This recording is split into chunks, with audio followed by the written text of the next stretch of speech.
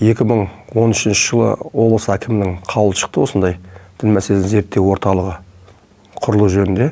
Сонымен 2014 жылы январ айынан бастап қабылдана бастады ғой қызметкерлер.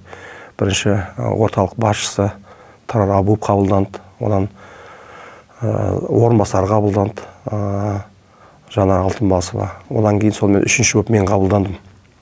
Біз февраль айында қабылдандық, февральдің бас жағы енді.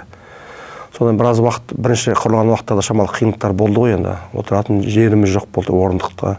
Содан біз жеке бір кәсіпкердің офисінің жаңағыдай намазханасында отырдық. Кәдімгідей енді намаз оқуға арналған жер ғой. Жаңағыдай крем төсеп тастаған, ішіне жаңа аяқ кіреміз, немен аяқ киімсіз кіреміз ішіне. Одан жаңағыдай бәрімізге бір ноутбук бар.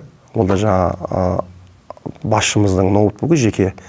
Сонымен жаңағыны отыр бәріміз кезек-кезек сонымен жазамыз ғой енді. Ол былай жіберетін мекемелерге хат арқылы жіберетін біздің мемлекеттік бланкімізде жоқ. Сонымен қолмен апарып береміз жаңағыны. Почта деген жоқ. Сонда да былай қызметтік көлік жоқ. Соны менің жеке машинам бар, көлігім бар. Сонымен бәріміз мініп алып соны жібереміз. 5-6 адам біз өзіміз. Кейін құрылдық қой, 5-6 адам болдық. Одан кейін жеңіспектер келді. Сон бәріміз сол машинаға мінгесіп, топырлап мініп аламыз да сонымен барамыз. Мекемеде кіргізбейді. Енді өйткені бір сол кездерде бір осы жат ағымдардың белең алып жатқан кездері ғой енді.